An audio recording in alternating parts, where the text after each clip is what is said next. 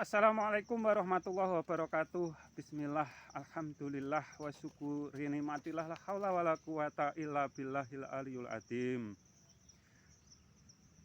Diri dan zatnya dia wajib berbeda. Zatnya manusia ada dua sisi yang bersifat nyata dan gaib. Yang nyata disebut jasmani, yang bersifat gaib disebut rohani.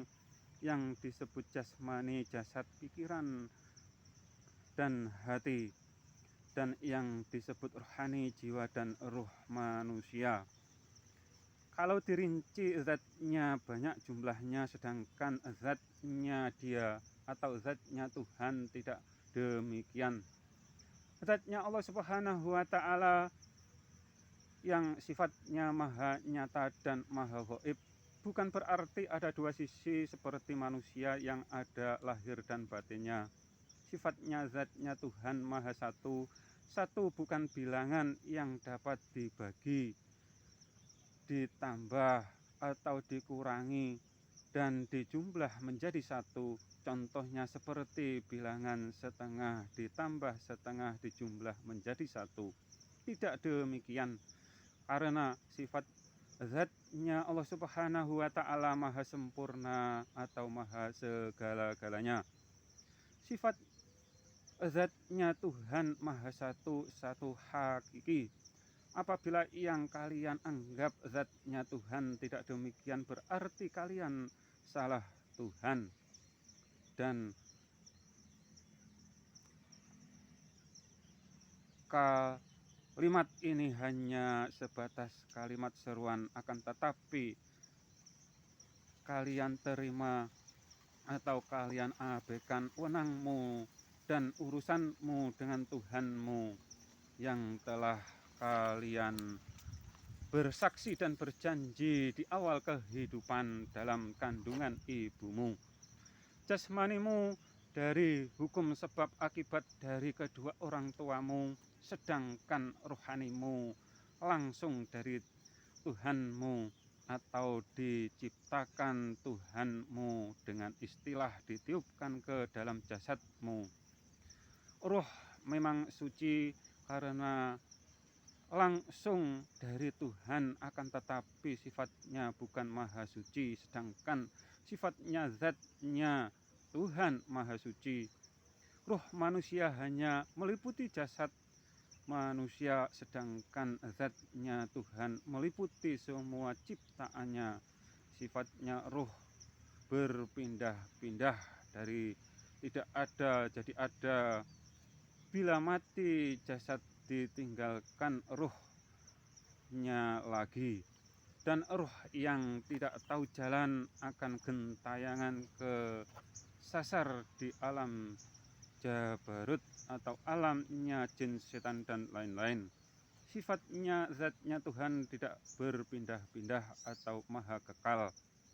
Sifatnya zatnya maha menyempitkan semua makhluknya. Jangan dipahami seperti makhluk menyempitkan makhluk lainnya, karena sifatnya zatnya Tuhan wajib berbeda dengan semua makhluknya.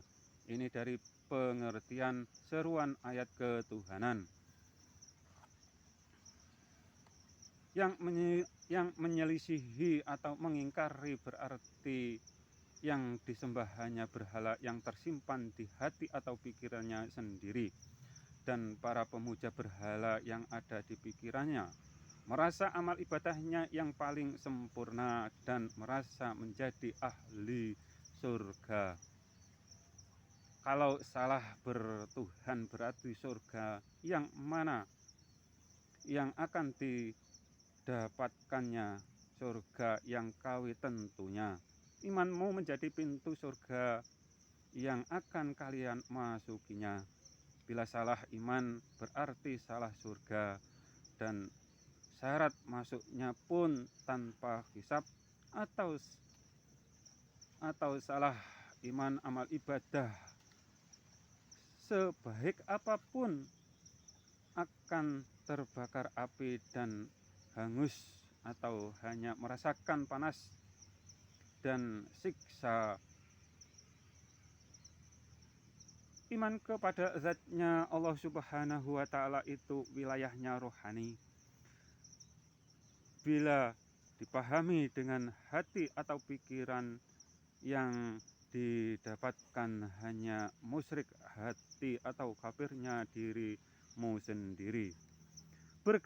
Beragama itu tidak dapat dipahami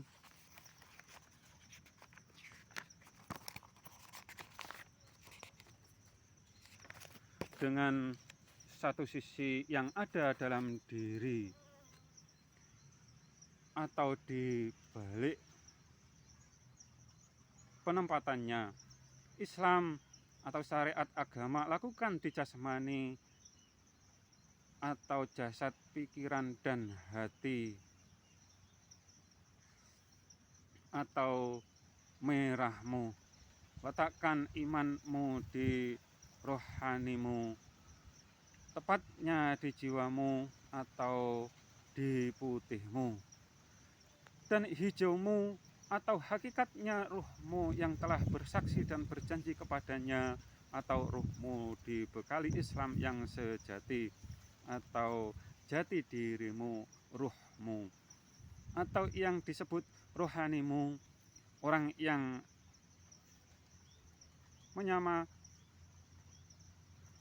yang memuja berhala yang ada dalam hati atau pikirannya sendiri karena juga ingkar dengan rohani dan mengira roh dan zatnya Tuhan sama. Kembalilah ke Al-Quran dengan iman atau kepercayaan yang total. Seruan ayat jangan kalian ingkari, karena yang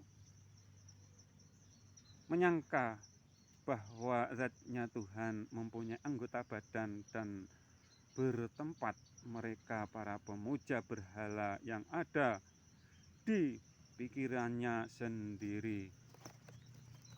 Bila salah iman, amal ibadah sebaik apapun hanya terbalaskan api dan api. Bila ada salah, mohon maaf. Wassalam.